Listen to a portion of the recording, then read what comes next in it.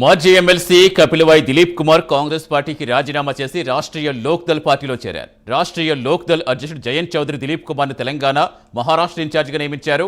రైతుల సమస్యలు ప్రభుత్వాల దృష్టికి తీసుకొచ్చి వాటి పరిష్కారానికి కృషి చేస్తామని దిలీప్ కుమార్ చెప్పారు. తెలుసు, నేను తెలంగాణ ఉద్యమకారుడిని. 2 సార్లు నల్గొండ గ్రాడ్యుయేట్ ఎమ్మెల్సీ కూడా పనిచేశా.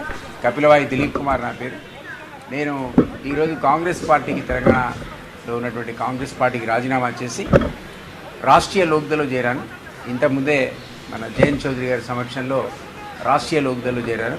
ఆయన నన్ను వాళ్ళ జాతీయ కార్యవర్గంలో నేషనల్ ఎగ్జిక్యూటివ్లో మెంబర్గా తీసుకున్నాడు. అదే పద్ధతిలో నాకు 2 రాష్ట్రాలు ఇన్ఛార్జిగా ఇచ్చాడు. తెలంగాణ ఒకటి, మహారాష్ట్ర ఒకటి. ఈ 2 రాష్ట్రాలకు నేను ఆర్ఎల్డీకి సంబంధించి ఇన్ఛార్జిగా ఉంటా. మీకు జ్ఞాపకం ఉంటే 2012 నుంచి 14 వరకు కూడా తెలంగాణలో నేను అప్పుడు యునైటెడ్ ఆంధ్రప్రదేశ్ రాష్ట్రీయ లోక్దళ్ పార్టీని నేను అడ్వైజర్గా నడిపించాను. అప్పుడు మా మిస్సెస్ దానికి చైర్మన్గా ఉండే. మేము అప్పుడు ఒక 2 సర్పంచులను, 2 కార్పొరేట్ను కూడా గెలిపించుకున్నాం ఆ పార్టీ నుంచి. ఆ తర్వాత రోజుల్లో ఎప్పుడైతే తెలంగాణ ఏర్పడ్డదో, తెలంగాణ అంశం గురించి మేము పోటీ చేసిన సందర్భంలో తెలంగాణ ఏర్పడ్డది కాబట్టి దానికి పెద్ద రిలవెంట్ అనిపించక దాన్ని వదిలేసాం, వైండప్ చేసాం. చాలా కాలం దానికి దూరంగా ఉన్నా నేను. కానీ ఈ మధ్యకాలంలో ఈ రైతుల సమస్యల గురించి, తెలంగాణలో ఉన్నటువంటి అంశాలను కొద్దిగా జస్టిస్ చేయడానికి అవకాశం